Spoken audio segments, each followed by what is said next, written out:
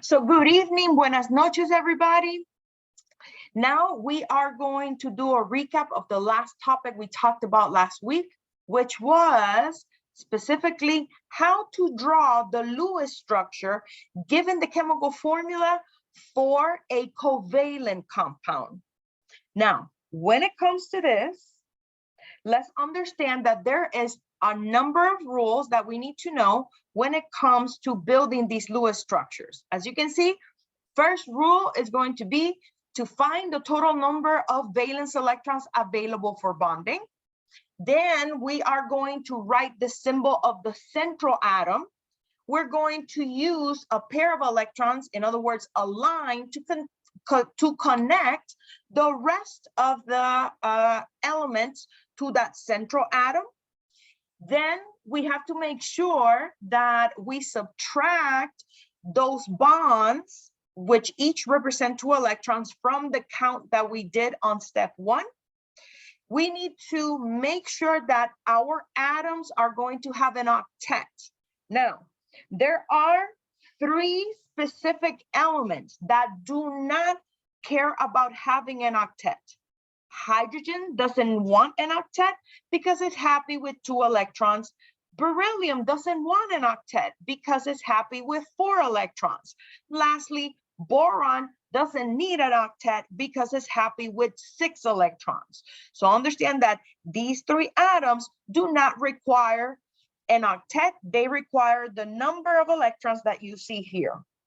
But the rest of the elements in the periodic table, they need an octet. Now, there's 2 things that we need to remember. Once we have distributed all the electrons that we have available for bonding, then we need to look around and see if our central atom has enough electrons to complete its octet. If it doesn't, then from those outside atoms, we're going to share electrons in order to specifically fulfill that octet rule for that central atom. And understand that there's going to be occasions that is not necessary because we're going to have extra electrons, so we're just going to place them in the central atom. So taking that into consideration, let's at least practice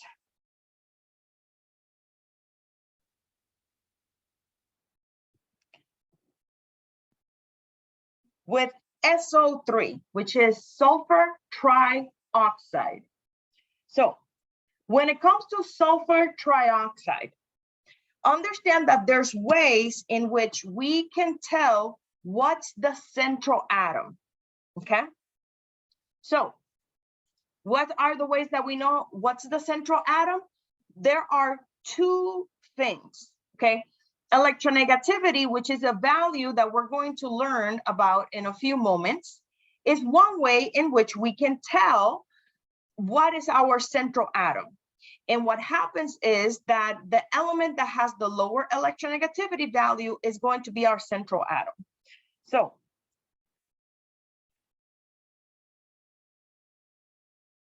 as you can see here, we have oxygen has a value of 3.5, sulfur has a value of 2.5. Because sulfur has lower electronegativity, that is our central atom.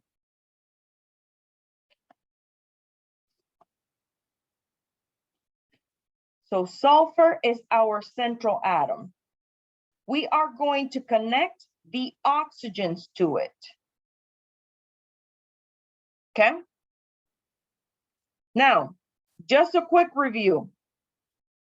How many valence electrons do we have available for bonding?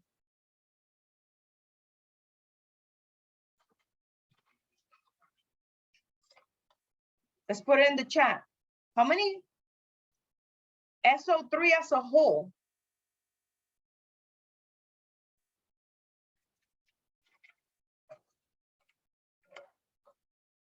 So the oxygen only is contributing 18.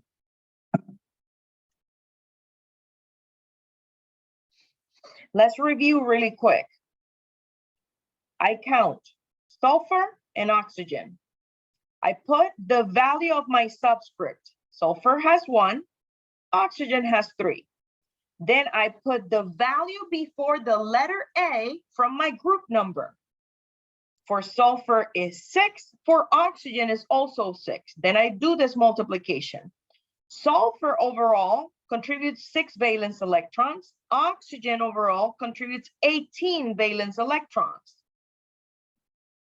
So overall, this system has 24 electrons available for bonding.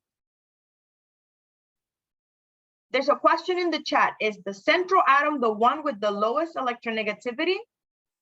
For the most part. Of course, there's always going to be exceptions to the rules, but for the purposes of chemistry 112, the one that has the lowest electronegativity value is going to be your central atom. And then we're going to put the rest of the atoms on the molecule.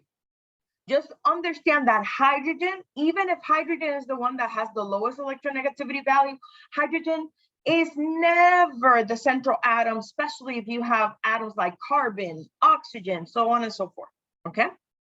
So right now with this skeletal structure, and because each line represents 2 electrons, how many electrons did I use for the skeletal structure? Excellent job. 6 electrons. So we have 18 electrons available for bonding. Now we go to the rule of, hey, with the electrons that we have left, after we did specifically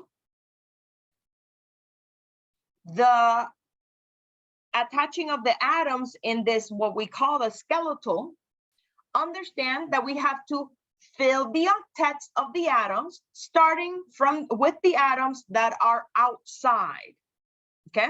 So each of the oxygens is sharing 2 electrons with sulfur. So that means that any of those oxygens need at least 6 electrons in order to complete their octets. So when it comes to this oxygen needs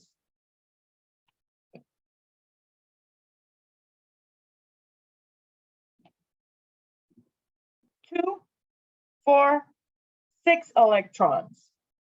So when we do that, we subtract 6 electrons from the system. We have 12 left. Then we go 2, 4, 6 electrons. We subtract another 6 electrons from the total. Then we have 6 left. The oxygen on the right gets 2, 4, 6 electrons.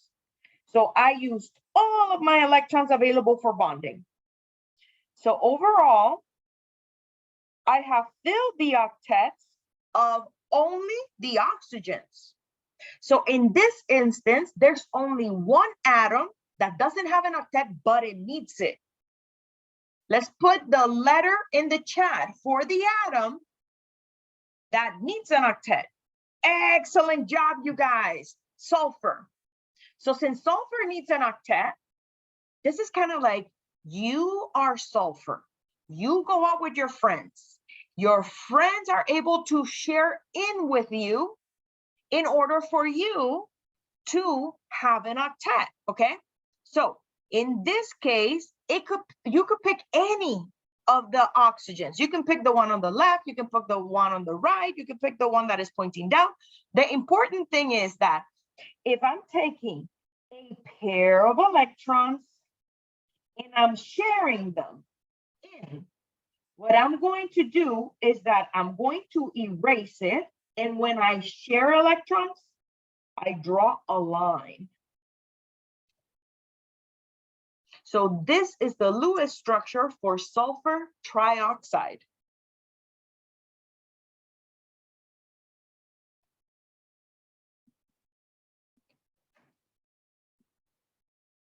Put a 1 in the chat if you want to try the Lewis structure for chlorite.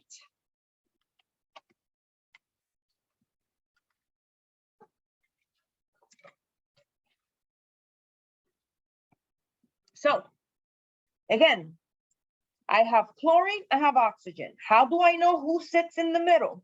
I go to this table. I have chlorine and I have oxygen. Who's going to sit in the middle? Great. The one that has the lowest number in electronegativity, chlorine.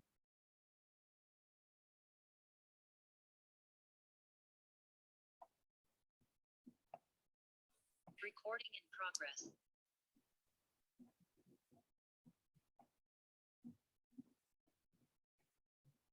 So when this happens, I put the chlorine in the middle. Now, what do I do with the oxygens? Most molecules are symmetrical, so I'm going to attach them on either side. Okay? We already learned last week how to deal with the polyatomics. And we already know that whenever you have a negative charge, you're going to add an electron for every unit of negative charge. As you can see, we counted overall from the chemical formula that there's 20 valence electrons in this system. Okay. Now, how many electrons are connected to chlorine from this skeletal structure? Let's put it in the chat.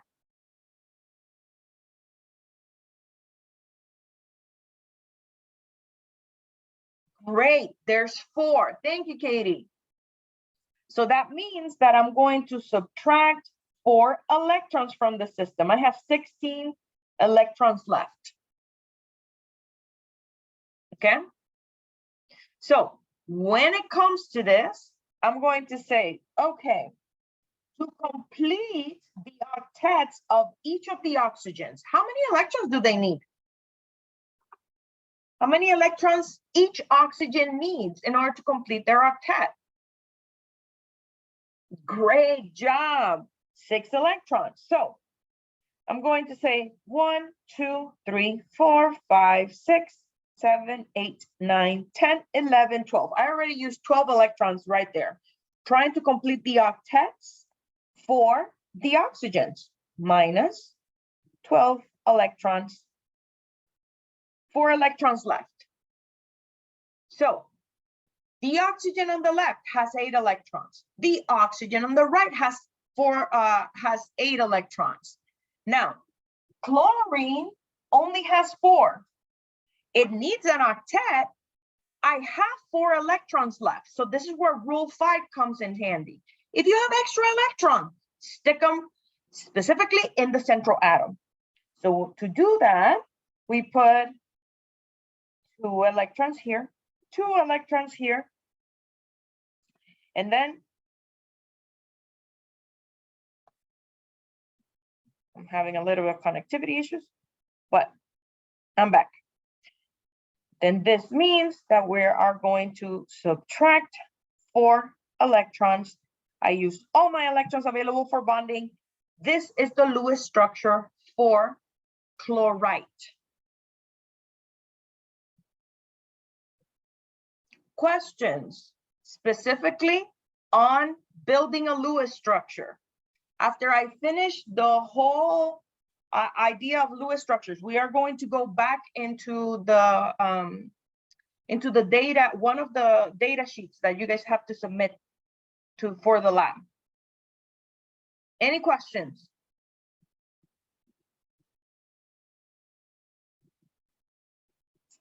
Okay, so in section 3.7, we are now going to talk about electronegativity, which is a concept that I just introduced to you guys, but let's formally define it.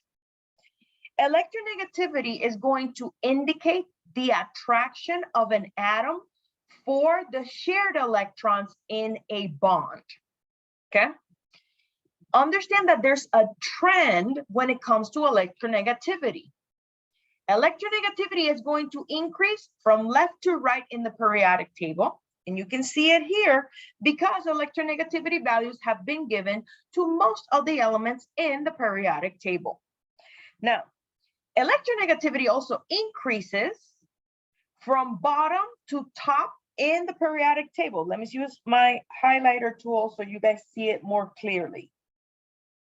So electronegativity increases as I go across a period.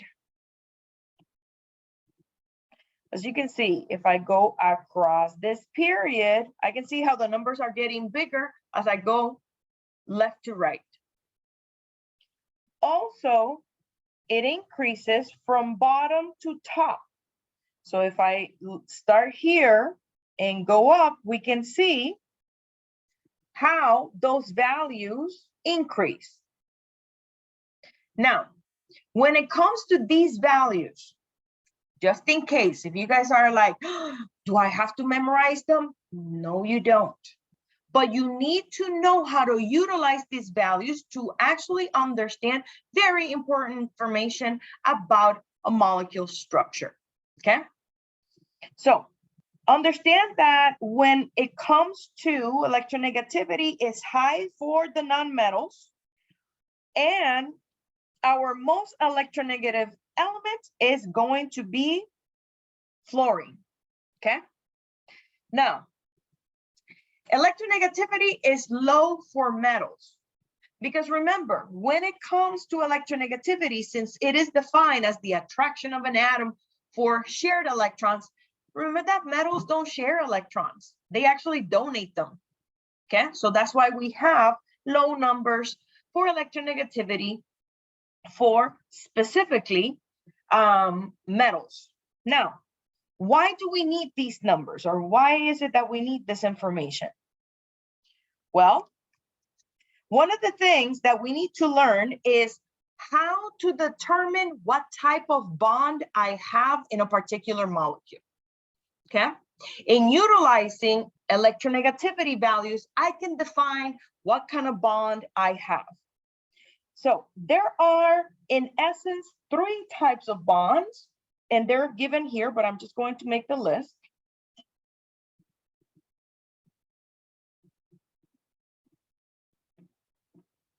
That exist in molecules, okay?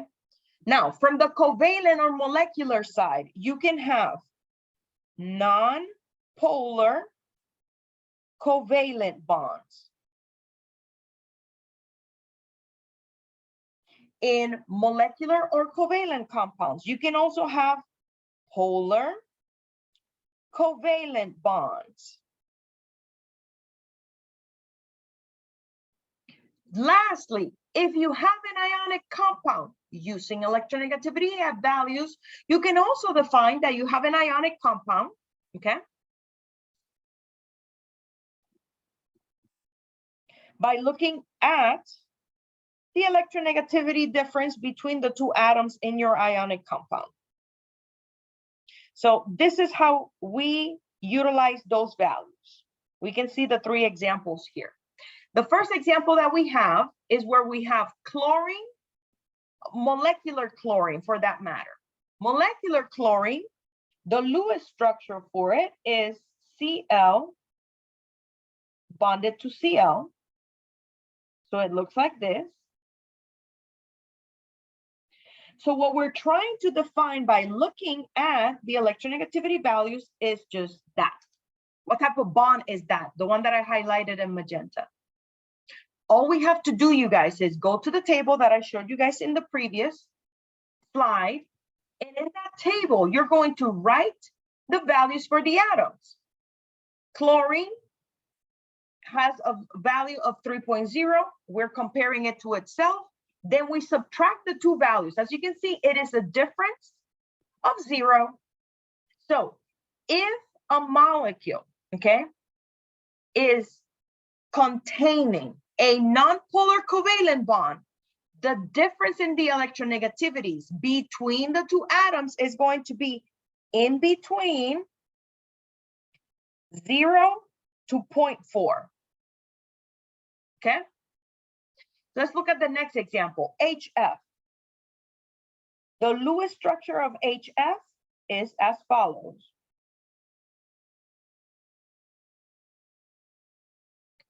To determine what type of bond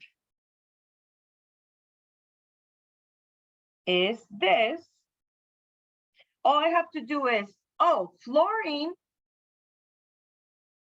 has a value in electronegativity of 4.0. Hydrogen has a value of 2.1. The difference between those two values is 1.9. And because that is more than 0.4 and less than 2.0, then that means that that is a polar covalent bond. So again, in order for something to be polar covalent, it needs to be more than 0.4 and at least 2.0. Lastly, we have an ionic bond. In an ionic bond, remember, we're not sharing electrons in an ionic bond. What we have is an electrostatic interaction. And in this electrostatic interaction, okay, we can also utilize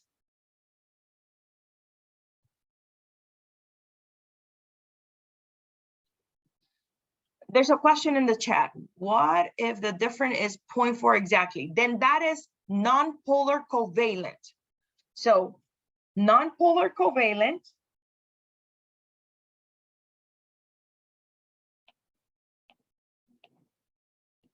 is a value of 0.0 to 0.4. Polar covalent bonds is going to be larger than 0.4 up to 2.0. And then ionic bond, so what we have in an ionic compound is when we have higher than 2.0 all the way to 4.0.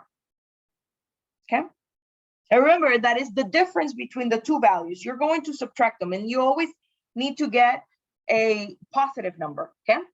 So when we look at sodium and chlorine and we look at their electronegative value, we see chlorine is actually 3.0. Sodium is 0.9. So this 2.1 tells us that in between those two atoms, what we have is an ionic compound. Put a 1 in the chat if you can determine the polarity of a bond. We're going to go back into the molecules that we developed, their Lewis structures, to see how this applies. Okay, so let's go back to these molecules. Okay, so how do we manage with these molecules? All you have to do, you guys, is to say, okay, here I have a hydrogen sulfur bond. Okay, because it doesn't matter if you look at the left or the right, you only have a hydrogen sulfur bond. Then you go to your table and you say, oh, hydrogen is 2.1, sulfur is 2.5.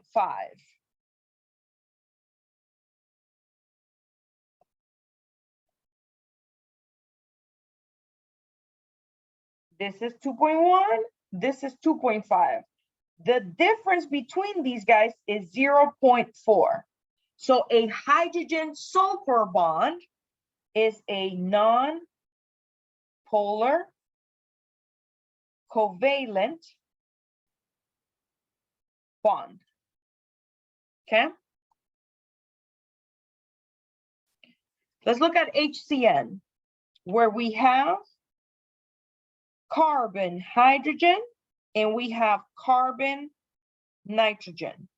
I don't need to show that carbon, nitrogen is a triple bond, because all I'm saying is, hey, in this molecule, I have carbon bonded to a hydrogen, and I have carbon bonded to a nitrogen. Even if it's triple bonded, it's bonded to nitrogen. I'm going to look for the values for each of these atoms. We know from the previous example that hydrogen has a value of 2.1. So I need to just look in the periodic table for the value of carbon and of nitrogen. So when I go here, I look at my periodic table. Oh, carbon is 2.5 while nitrogen is 3.0.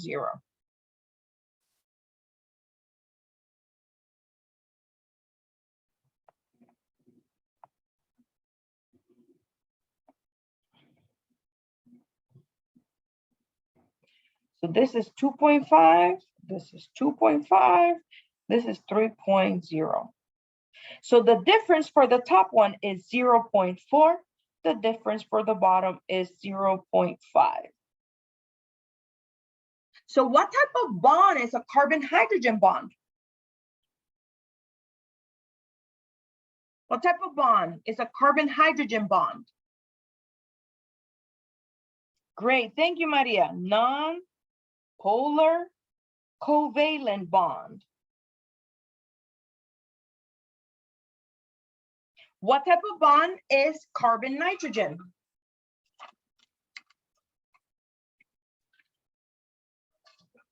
It's polar covalent bond. Okay, put a 1 in the chat if makes sense. How do we determine what type of bond we have? Great, so it's as simple as that, you guys. You look at the atoms, and then you just look at the electronegativity values, and that's how you determine the type of bond. Now, there is something important about the polar covalent bond. The polar covalent bond, we can actually utilize different symbols to show why is it called a polar covalent bond. And the idea is that a polar covalent bond has what is called a dipole. Dipole means that we have two poles, one that is partially negative and one that is partially positive.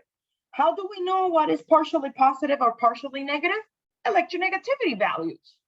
So, for example, carbon-nitrogen, because it's a polar covalent bond, okay, and this symbolism only applies to polar covalent bonds.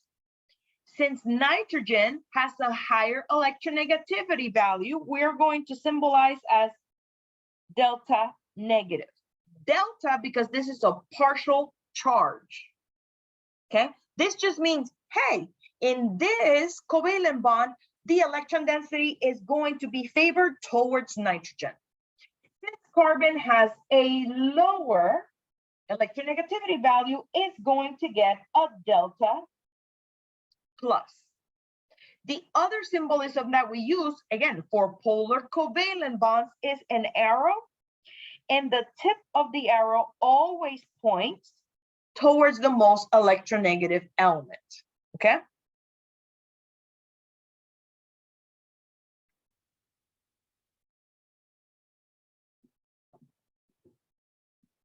Questions so far?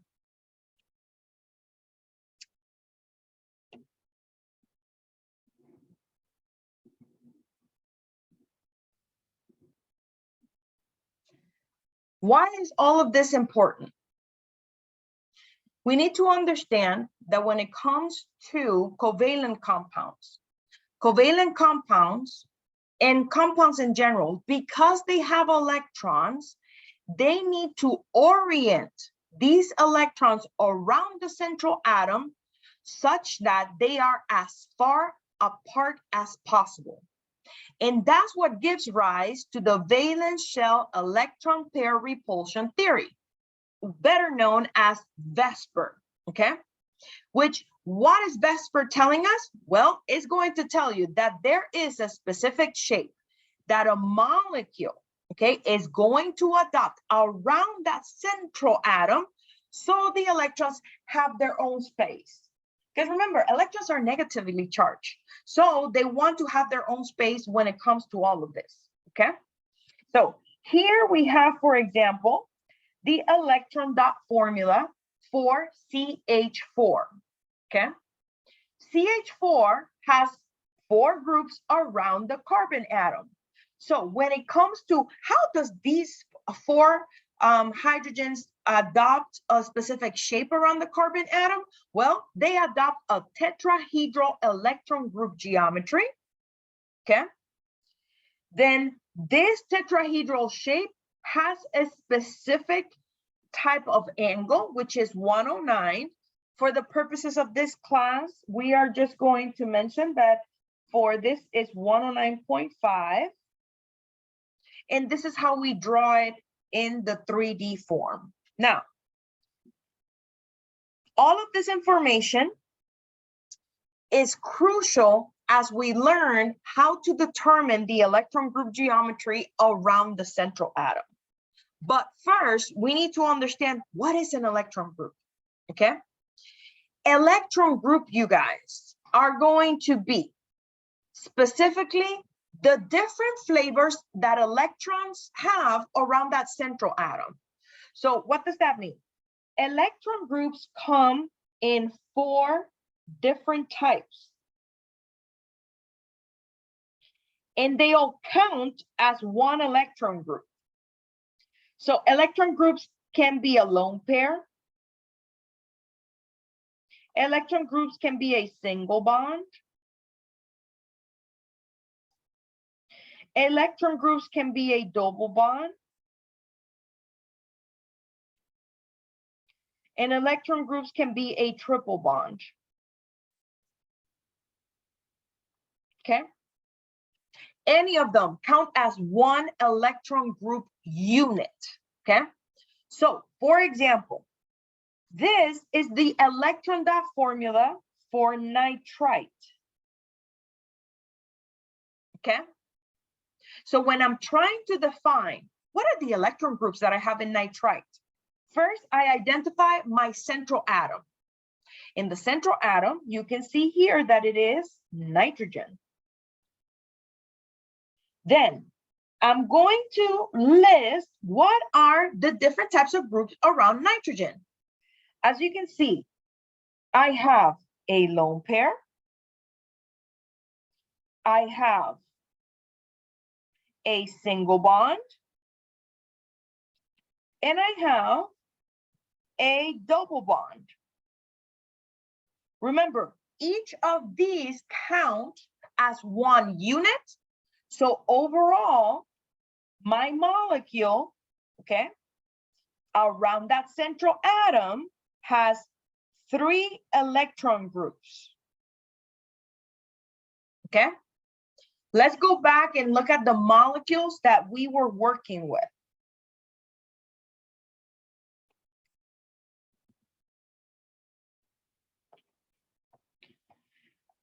Let me just copy.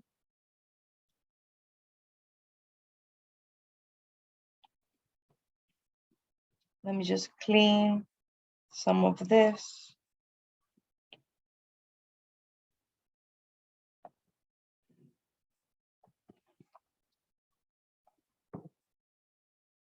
So at least we look basically at the Lewis structures.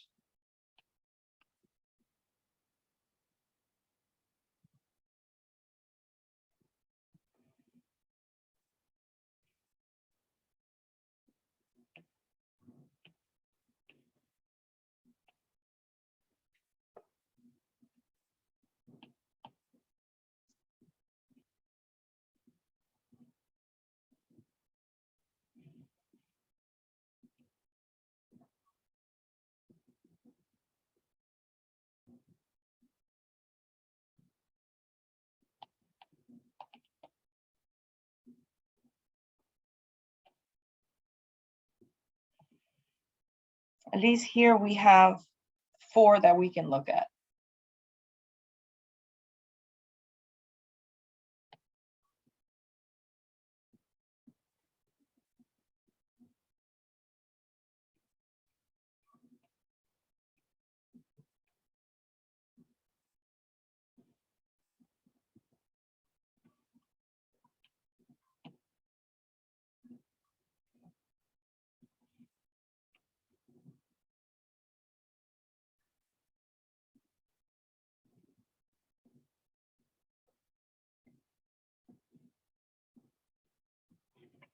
Okay, so we have the example of these 4 molecules.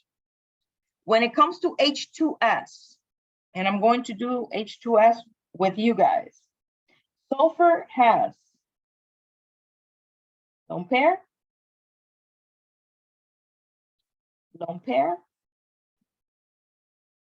single bond, single bond. So that means that it has 4 electron groups. How many electron groups around beryllium? Let's put it in the chat.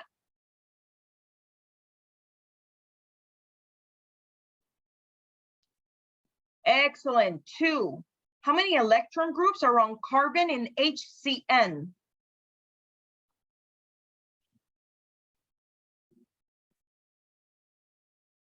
Not 4. Excellent. Only 2. For those students that are like, Dr. Luz, I don't see it. Here we have carbon. Remember, an electron group can be a triple bond. It can be a single bond. It could be a double bond. It could be a lone pair. What do I have around carbon? A single bond,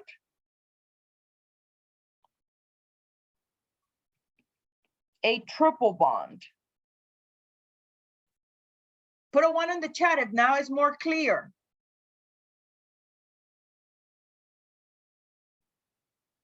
Awesome. That being said, how many electron groups around carbon and carbonate?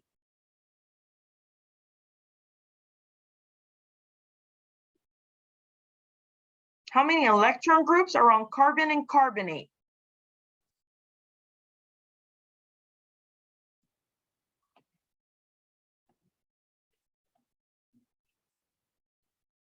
Great. There's 3 electron groups.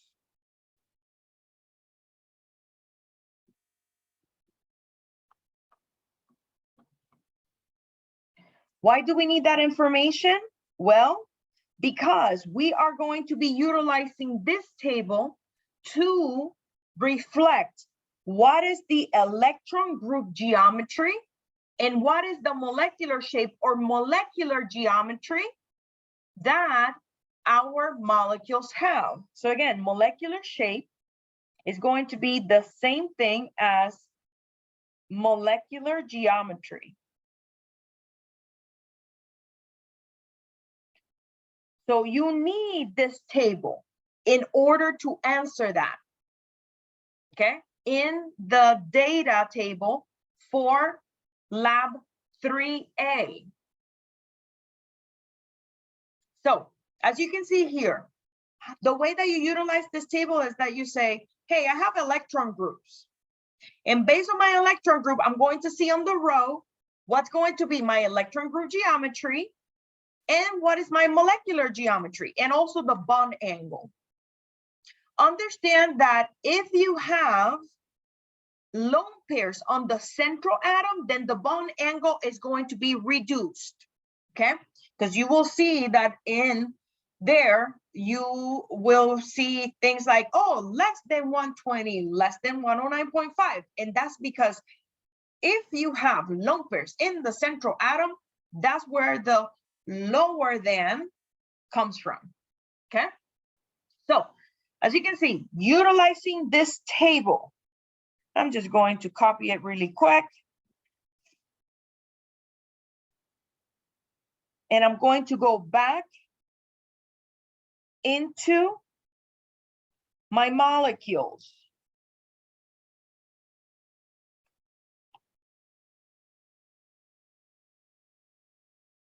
Let me just move it here.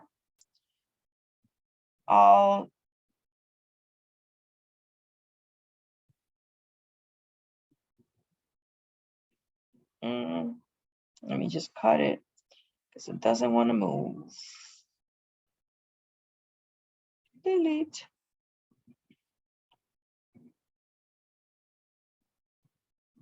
This is how we're going to use this table.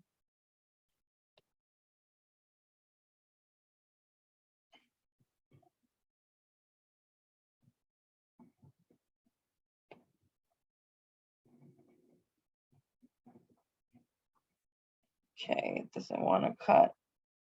We'll go back and forth. It will work. So, for example, let's look at H2S. 4 electron groups. If you have 4 electron groups, your electron group geometry is going to be tetrahedral. Because as you can see, for 4 electron groups, the electron group geometry is tetrahedral. Now, H2S, as you can see, has 2 bonded atoms and 2 lone pairs. So when you have 2 bonded atoms and 2 lone pairs, then that means that your molecular geometry, or in other words, the molecular shape is affected, because now you're going to have a bent molecular geometry or molecular shape. Technically, even though this table shows you 109, the angle is going to be less than 109 because I have lone pairs on the central atom, okay? Let's move on to beryllium, okay? 2 electron groups. When we look at this table, 2 electron groups. Oh, my electron group geometry is linear. My molecular shape is also linear. Okay? So as long as you don't have lone pairs on the central atom, then you understand that your angle is going to be 180.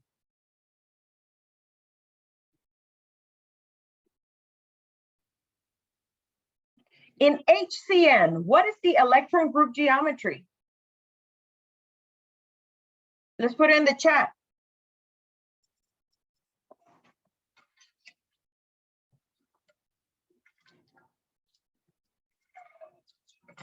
Excellent, linear, because I have 2 electron groups. What is my molecular geometry or molecular shape?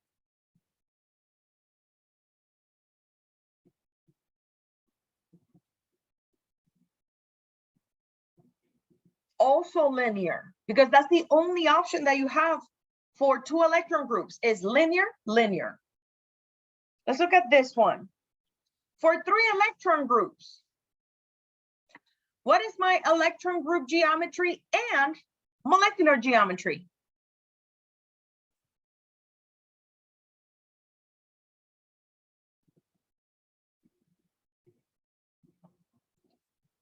For 3 electron groups,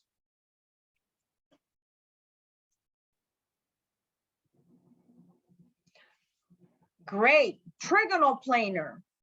Now, in trigonal planar, you can see that if I have 3 bonded atoms to my central atom, then my angle is 120 and my molecular shape is also trigonal planar. The only way that trigonal planar has a molecular geometry or a molecular shape that is bent is if your central atom has lone pairs, okay? Any questions on trying to determine electron group geometry or molecular geometry for a molecule?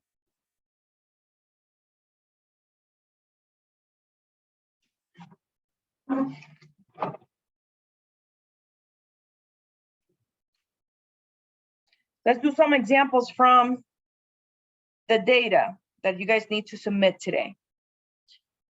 When it comes to the lab that you guys have due today, you have this sheet and you have this sheet, okay?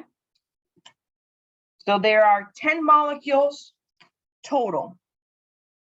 So instead of going over how to do the Lewis structures, some of these we have already done. I'm just going to draw the Lewis structures for them, okay? So the first one is HCN. This is how it looks like. The next one is CO2.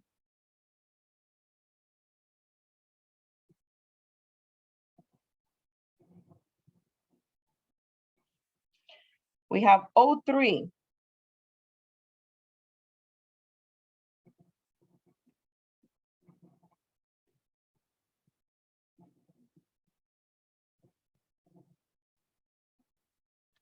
We have H2CO.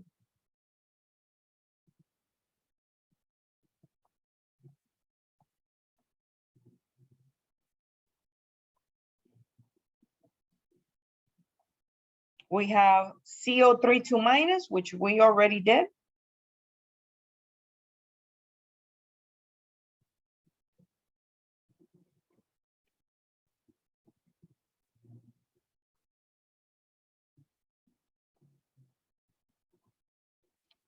And here we have SO3.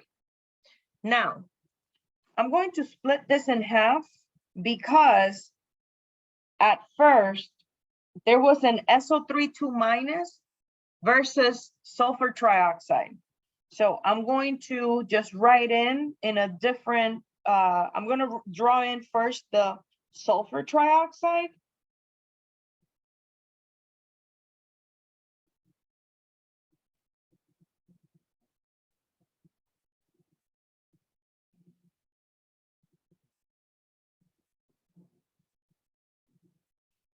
And then, what about if we have sulfite?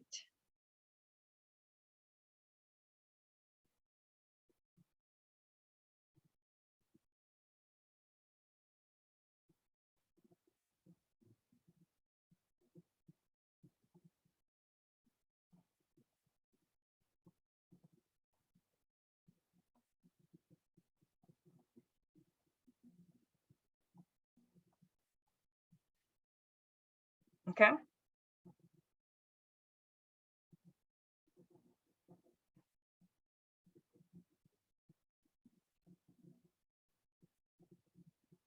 So one of the things that you guys have to fill in, and I'm just going to zoom in box by box, is number of bonded atoms, electron group geometry, molecular geometry. We already did HCN. Number of bonded atoms, 2. Electron group geometry, linear. Molecular geometry, linear. We will deal with the polar versus nonpolar in a minute. Number of bonded atoms in CO2, let's put it in the chat.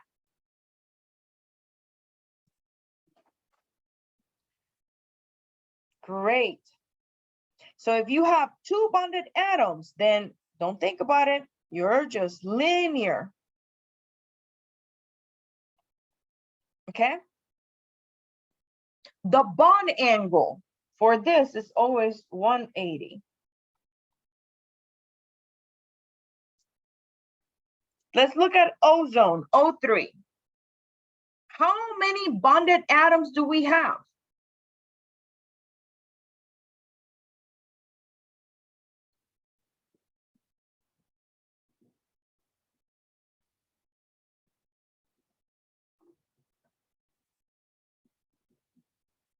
We have 2 bonded atoms, but we have 3 electron groups.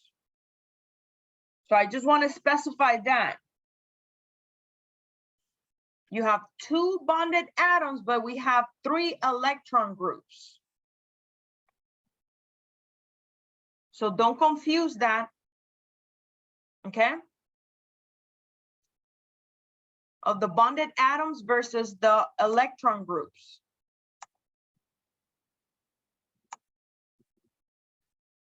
Let me make sure that this doesn't tell you guys something that is crazy. Because bonded atoms, we only have 2 there. Let me just verify that the key is not gonna get you guys an incorrect answer. And you guys are just trying to learn all this stuff. Just understand that I got your back. Choo, choo, choo.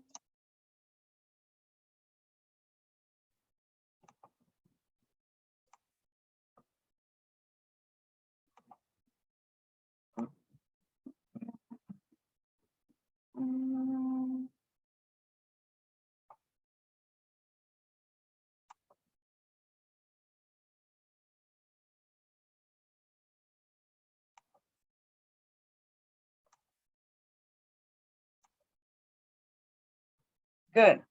So bonded atoms here is 2 because we have the 2 oxygens, but electron groups are 3. This is 3 electron groups. Okay. So if you have 3 electron groups, okay, what is the electron group geometry?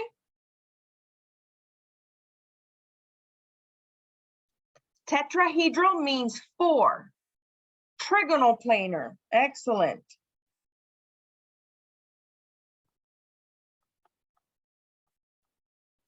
Now, because I have 2 bonded atoms and a lone pair on the central atom, then the molecular geometry is bent. For those students are like, Dr. Luz, I don't get it. Where are you getting all this information from? Family, when we go into here, I'm getting all this information from this table. That's it. So again, 3 electron groups, electron group geometry, trigonal planar, 2 bonded atoms, 1 lone pair. That means that my molecular shape, in other words, molecular geometry is bent. So this table is your best friend when you're trying to do the data for the Lewis structures. Okay, so that's where it's coming from. How many bonded atoms on H2CO? Thank you, Isaiah. 3 bonded atoms. Because we have 3 bonded atoms, this is trigonal planar. This is also trigonal planar.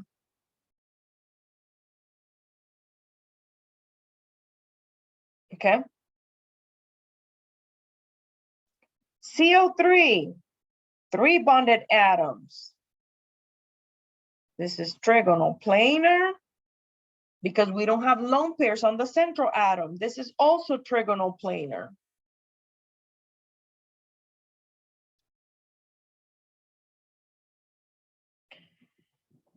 Then I'm going to specify between SO3 and sulfite because I revised the data that some students already submitted and I adjusted the points based on some information that was there that didn't make any sense, okay? So if we're dealing with SO3, we have 3 bonded atoms, and as you can see, this is trigonal planar. And because we don't have lone pairs on the middle, then this is going to be also trigonal planar. This was the problem with the answer that was on the post lab, that what they gave you was sulfite, SO3 2-. As you can see here, yes, you have 3 bonded atoms, but how many electron groups around sulfur?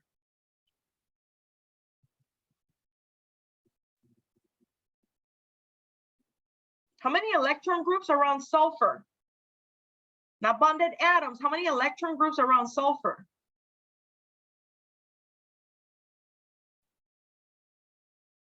Sorry, my internet connection is acting out. So again, like some people put on the chat, there are 4 electron groups. So a central atom with 4 electron groups, that means that this is tetrahedral. Because there's a lone pair on that middle sulfur, this is trigonal pyramidal. Okay.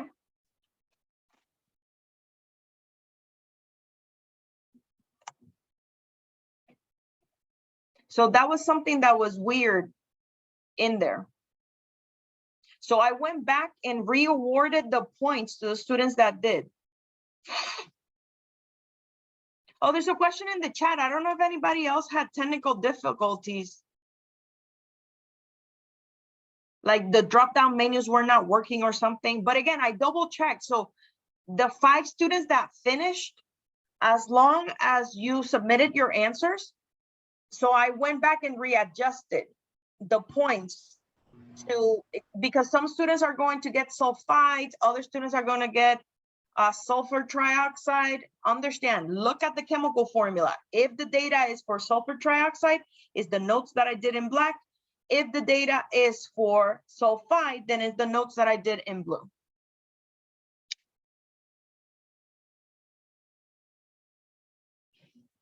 And I don't know if anybody else had technical difficulties. Yeah, Canvas is not a perfect system. This is what we're utilizing. So I apologize for any of that. Okay. Any questions on how to do? Basically, this is covering most of the first page. We're going to finish the last item. Oh, I forgot to add the angles.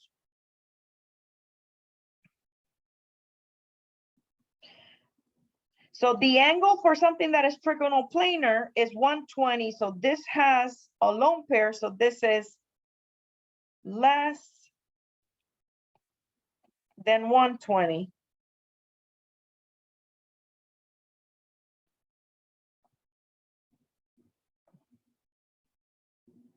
This is 120 because it doesn't have any lone pairs. This is 120 because it doesn't have any lone pairs. This is 120, but this is less than 109.5. Questions on this portion?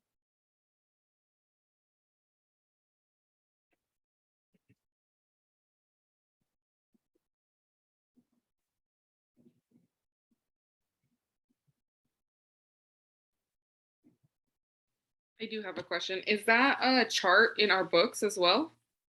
No, that part I took it from a different textbook.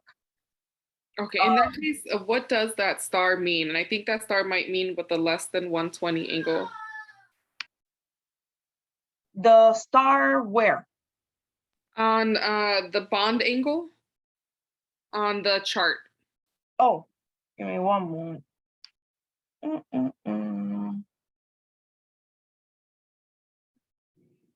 On this chart? So this chart is actually larger because this chart is for like the whole semester of general chemistry. So there's going to be like 5 electron groups and so on and so forth. So I just chopped it to what you guys will see in this class.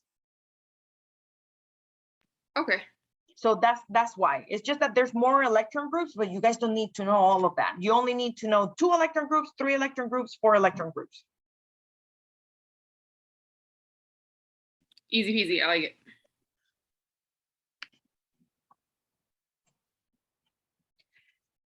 Okay, so one more thing when it comes to, and it's the whole idea of how do I know if a molecule is polar or not polar?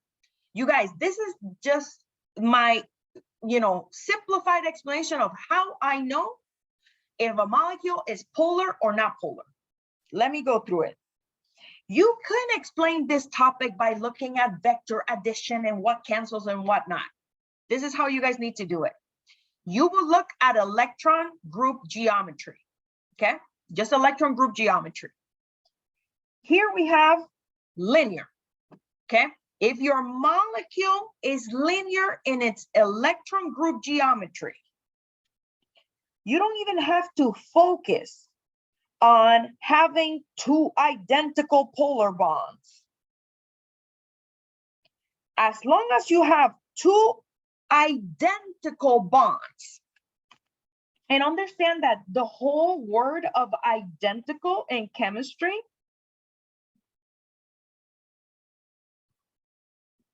just refers to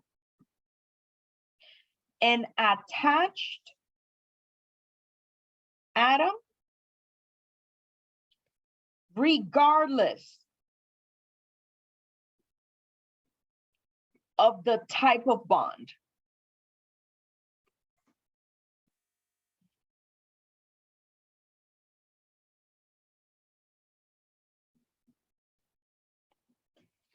okay? So that's what identical means. It doesn't mean the same, like identical twins. So it means that, for example, if I am attached to oxygen, it doesn't matter if it's by a double bond or a single bond.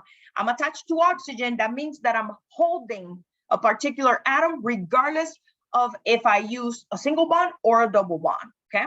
So if I have a linear molecule and my central atom, I look to the left and I look to the right, and they're the same atom, then my molecule is nonpolar. If my molecule does not look the same on left and on right, the molecule is polar. So if we go back into the examples that we have here, okay, look at our two linear molecules, okay, HCN and CO2. Which one is nonpolar? Again, I look to the left and I look to the right, and it's the same thing. Which one is nonpolar? Let's put it in the chat.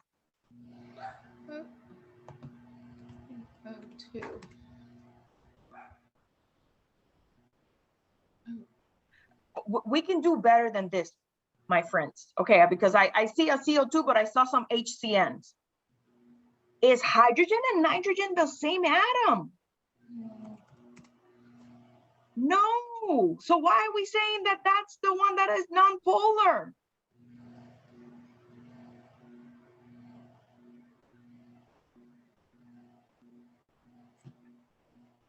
Again, if I look to the left and the right, and I see the same thing,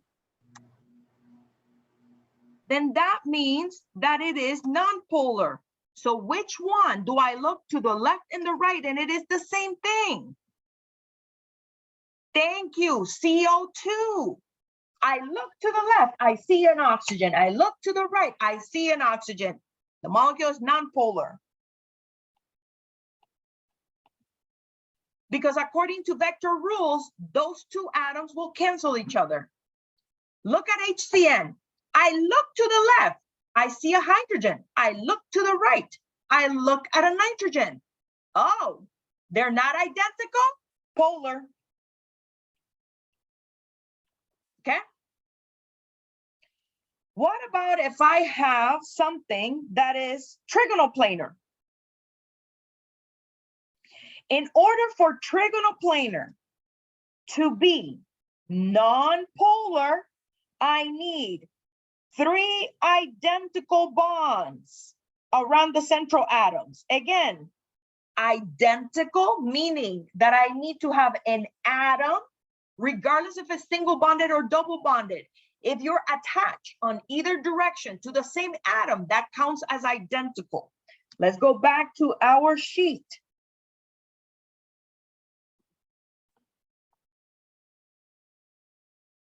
Here we have 3 examples of things that are trigonal planar.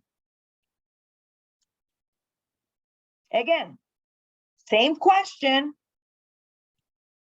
If I have something that is trigonal planar, it needs to look the same on every direction. Out of these 3, there's one that is nonpolar. Which one is it?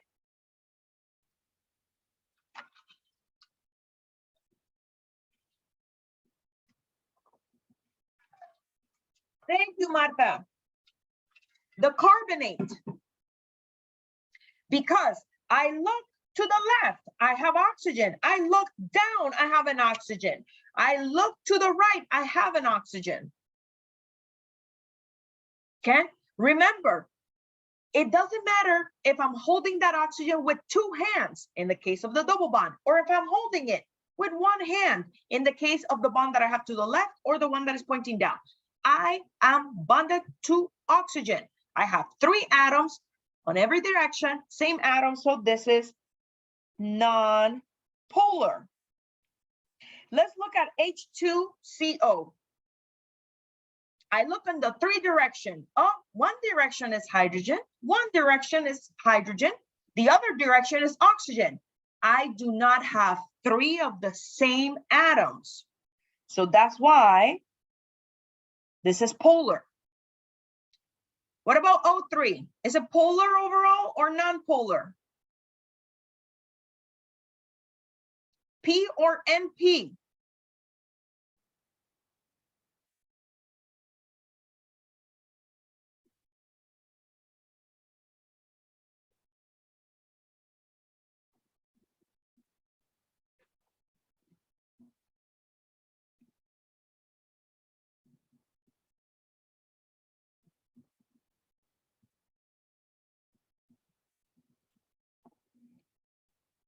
Okay, I don't like to see those nonpolars. Look at that central oxygen. Am I bonded to 3 oxygens? Again, if I stand right here, am I bonded to 3 oxygens? No, only 2. Thank you. If I am trigonal planar, how many groups do I need to be bonded that are the same? Thank you, you guys. I just want you guys to get it. So if my central atom is trigonal planar, I better have 3 things attached to the central atom that are the same element. I only have 2. So that means polar.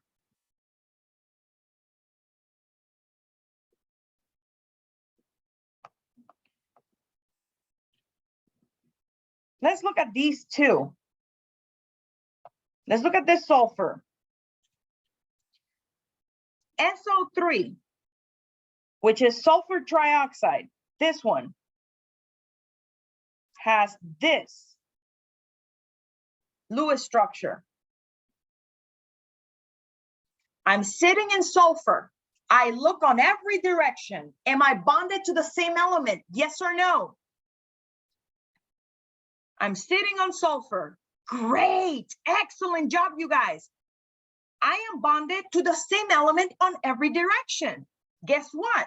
Because this molecule is trigonal planar, all the directions need to be the same element, and I only need 3. So that will make this whole thing polar or non-polar? Great, non-polar.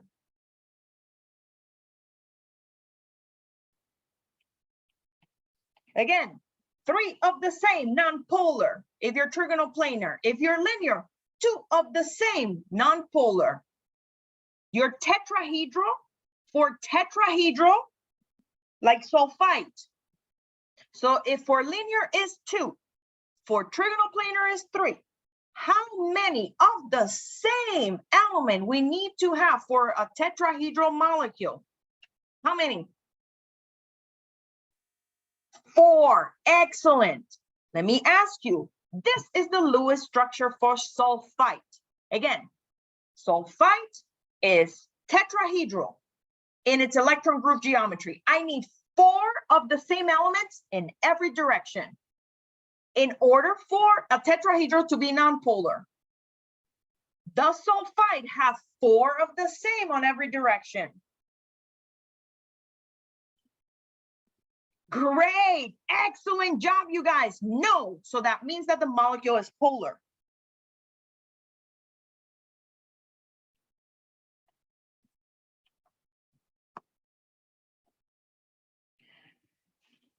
Let me do 2 more. These are tetrahedrals. I feel that you guys are getting the hang of it.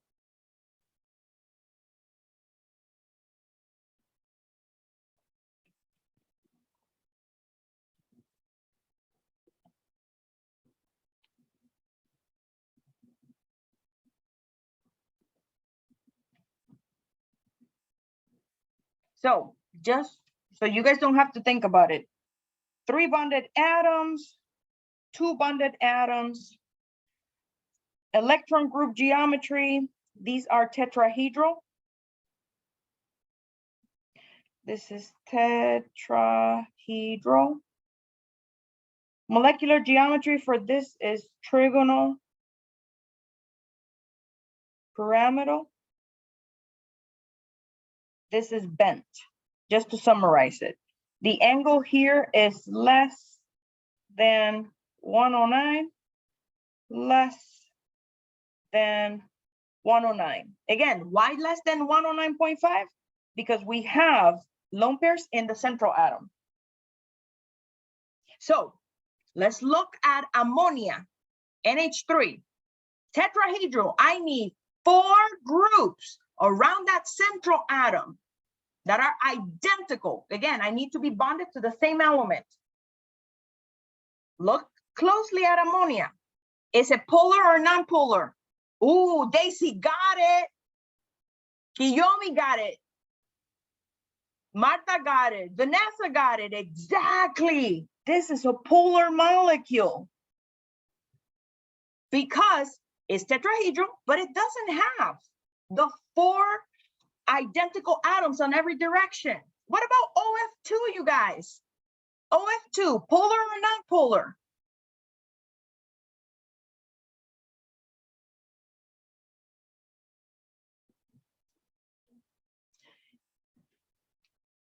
Excellent job. It's also polar. Again, oxygen is my central atom, and it doesn't have 4 of the same atom around, so that means that it's polar. So I hope that this discussion about how to use Vesper rules, how to redo Lewis structures, how to determine polarity, electron group geometry, molecular shape, all of that really helped you guys so you can finish the lab for today. Now, I'm going to wait until I see you guys on Thursday. I'm going to be posting lab 3B later this week, and I'm going to make it due next week later because we are barely going to start on Thursday to talk about the naming of organic compounds. So I don't want you guys to be overwhelmed with all of that and be thinking, I was like, oh my God, this thing is due on Tuesday. So don't worry about it. Right now, I'm not gonna post lab 3B. I will do it on Friday, and it's going to be due next week on Friday, okay? So this is all what I have for you guys today.